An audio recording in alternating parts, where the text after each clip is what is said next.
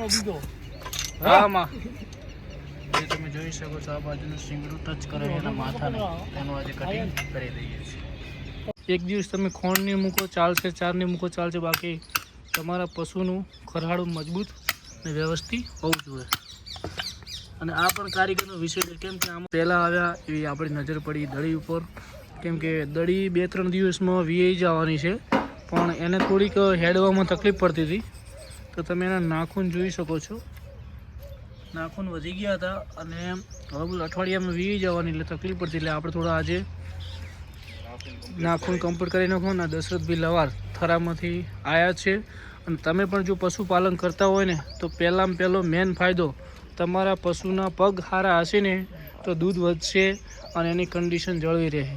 તો તમારા ફાર્મની અંદર તમારે પહેલાં તો શું જોવાનું કે તમારી ગાય અને ભેંસના ખરહાડા કમ્પ્લીટ કપાઈ દેવાના. 2 મહિને, 6 મહિને, 8 મહિને જોઈ જ લેવાનું. તમારે રેગ્યુલર તો જે ગાય ઊભી રહેતી હોય, ભેંસ ઊભી રહેતી હોય તો અમુક સમયે કપાવવા પડે. અને આજના વિડીયોમાં આપણે દડીનો નાખૂન ખરહાડા કાપો એ પણ વ્લોગમાં જોવા મળશે. અને તમને દશરથભાઈનો નંબર પણ આપીશ, જે બનાસકાંઠાની આજુબાજુમાં દશરથભાઈ બધી જગ્યાએ જતા હોય છે. અને દશરથભાઈનું 1 નંબરનું કામ છે ભેંસનો શેગડો. અને તમારે જો ગાય કોઈ ગાભણ ના હોય ને બાખેડો તો નીચેથી વ્યવસ્થિત આડી પાડીને પણ દશરથભાઈ જેવી રીતના તમે ખરહાડા કાપો શકો. પગ અધર કરાય, પગ અધર કરાઈને એમ ને ગાભણ ના હોવી જોઈએ. ગાભણ ના હોય પાડીને એને નેચે પાડીને નેચેલા રોઠા લઈ લ્યું બધે. બરાબર. તો 1 નંબરનું કામકાજ છે, કેમ કે આપણે એમડી સાહેબને SM પટેલ એ પણ એમને ખૂબ બધા કોન્ટેક આપે છે અને આપણને પણ એમના ઉપર વિશ્વાસ છે, એટલે તમને કોન્ટેક નંબર આપીએ છીએ. અને મિત્રો આપણી હવે આ ગાય કમ્પ્લીટ દૂધ ઉપર રેડી આવી ગઈ છે અને હવે આરી ગાય 1-2 દિવસમાં વી જશે. અને આપણે થોડી 4 થઈ રહી હતી તો કાલે 4 પણ સૂકી આવી ગઈ છે. 23 રૂપિયાના ભાવનો પૂળો જારનો મંગાવ્યો હતો. અને આજે ચણાનું ખાર્યું પણ મંગાવવાનું છે. અને હવે ઓર્ડર બનાવતી આવે છે, તમે જોઈ શકો છો. અને આપણી ટીલું પણ કમ્પ્લીટ રેડી છે, બધી ગાયો. કાકા થોડી આકલીને પહોંચજો. અને આપણી ટીલી સબકો બોલો હાય, ક્યાં કરે એવું. ટીલી હવે મસ્ત મજાનું ખાવા મળી, બધી રીતે રેડી છે. અને ગાય એટલી બધી ગરીબ છે ને કે સાહેબ તમે ગમે ત્યારે નૂંઝણું વાળી કહો, આને કહેવાય સારી મસ્ત શાંત સ્વભાવની ગાય. ઓ માં જો નૂંઝણું કમ્પ્લીટ વાળી દીધું છે. અને અત્યારે હાલના સમયની અંદર તમારા પશુનું ખરહાડું વ્યવસ્થિત હોય તો પશુ ચાલે, ડાયજેશન રેડી કરે અને ટૂંટું હેડતું હોય. એને જેમ કે આપણા પગમાં કપાસી હોય તો આપણને ચાલવામાં કેટલી તકલીફ પડે, એ જેવી રીતના પશુનું છે. એટલે મિત્રો તમારા ફાર્મમાં એક દિવસ તમે ખોણની મૂકો ચાલશે, ચારની મૂકો ચાલશે, બાકી તમારા પશુનું ખરહાડું મજબૂત અને વ્યવસ્થિત હોવું જોઈએ. અને આ પણ કારીગરનો વિષય છે, કેમ કે આમાં પછી અને લોહી પણ ના આવવું જોઈએ, એ પણ જોવું પડે. તો દશરથભાઈ તમે ચીના ચેક કરો તાજુ ભાઈ જીવતું ના હોય એ પ્રમાણે ખબર પડી જાય. તો બરાબર અંદર કાચું આવે એટલે ખબર પડી જાય. બરાબર.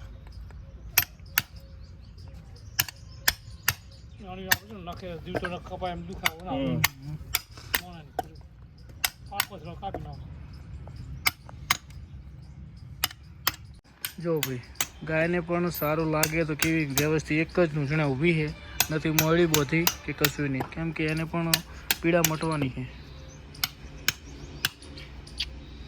તમારું પશુ થોડું ઘણું અકડીને હેડતું તમારે સમજી લેવાનો, ખરહાડાનો કટ અવાજ આવતો હોય. અને આ ટાઈપનો પગ હંમેશા ઊંચો રાખે, તમે જોઈ શકો છો. આ પગ ઊંચો હોય એટલે તમારે સમજી લેવાનું કે એનું ખરહાડું એકબીજાને ટચ કરે, તમે જોઈ શકો છો.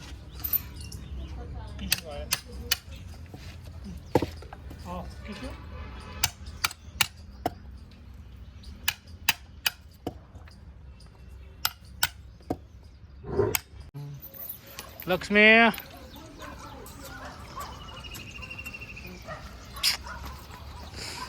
જો ભાઈઓ થઈ ગઈ કમ્પ્લીટ.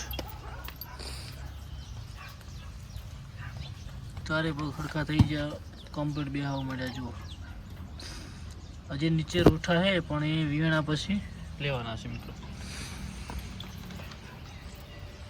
છકતા પેલા વાર દોડી લો.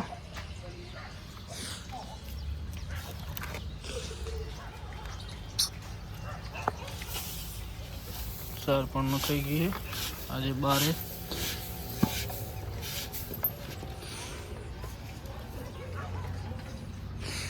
તમારો નંબર બોલો. 971455 971455 7974. દશરથભાઈ લવાર, ગામ થરાભાઈ. તો કોઈને પણ ખરાડ કે શીંગડો કઢાવવા હોય તો ભાઈનો કોન્ટેક કરજો. અને જેન્યુન કોમ છે મસ્ત મજાનું. અને તમે જોઈ શકો છો પગ ખુલ્લા હોય એટલે આને મજા આવે કે આવી રીતના ફરી જ નથી કહેતી. તો નિયર બિયર થઈ ગઈ તમે જોઈ શકો છો. મળીએ હવે આગળ. ભાઈઓ આપણે ભેંસને પણ જે શીંગડો સેટ કરવાનો છે તો ભેંસને પણ લઈ જઈએ. તમે જોઈ શકો છો ભેંસને ઘોડીમાં પૂરી અને ચેક કરી જુઓ. ભેંસ કુદા એવી નહીં ઘોડીમાં જ્યાંની આ જુઓ કેવું સેટ થાય.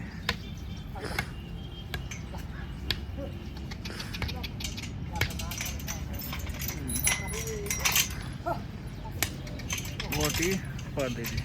હા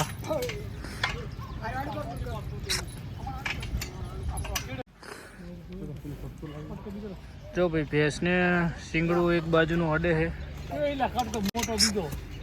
હા માં એ તમે જોઈ શકો છો આ બાજુનું શીંગડું ટચ કરે એના માથાને એનું આજે કટિંગ કરી દઈએ છીએ.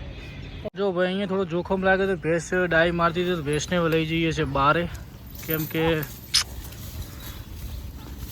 બારે હો મામા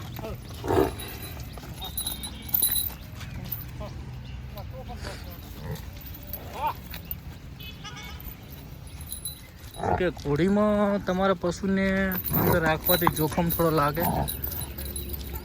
એ પકડજો. ઓ મામા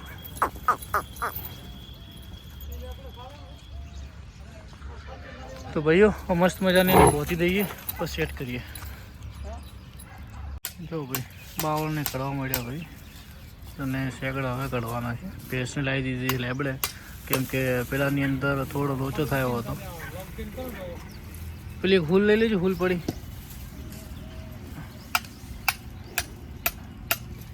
શું થાય ભેંસમાં કાઠો તો કોમ છે. જોઈએ શકતા ભાઈ कैसी लगी भैंस आपको? खतरनाक. હવે એ હોકળ ધોકો કાઢીને આ ચોક લઈ દો એટલે પેલી મકાદ આવીને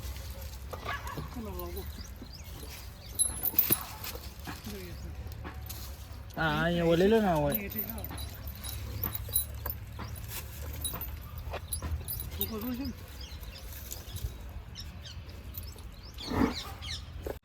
જો શેકડો કઢવાનું કામકાજ ચાલુ થઈ ગયું. ભેંસ થોડી ભાઈનો વિષય હતો એટલે ભેંસની બધી નાખી. અમે તો કઢાવા એમ હતા નહીં ભાઈ કાંઠા થઈ ગયા.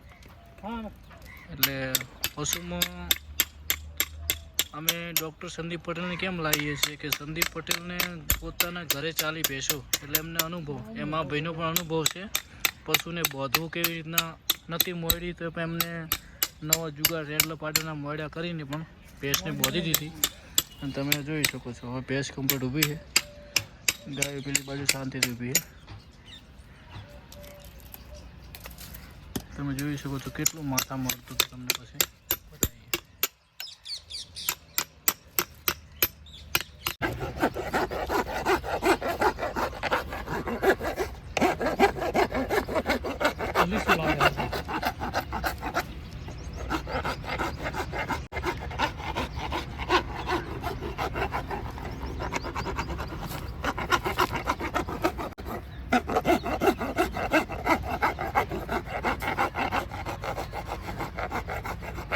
જો ભાઈ આટલું અંદર ખૂપ્યું તો તમે જોઈ શકો છો.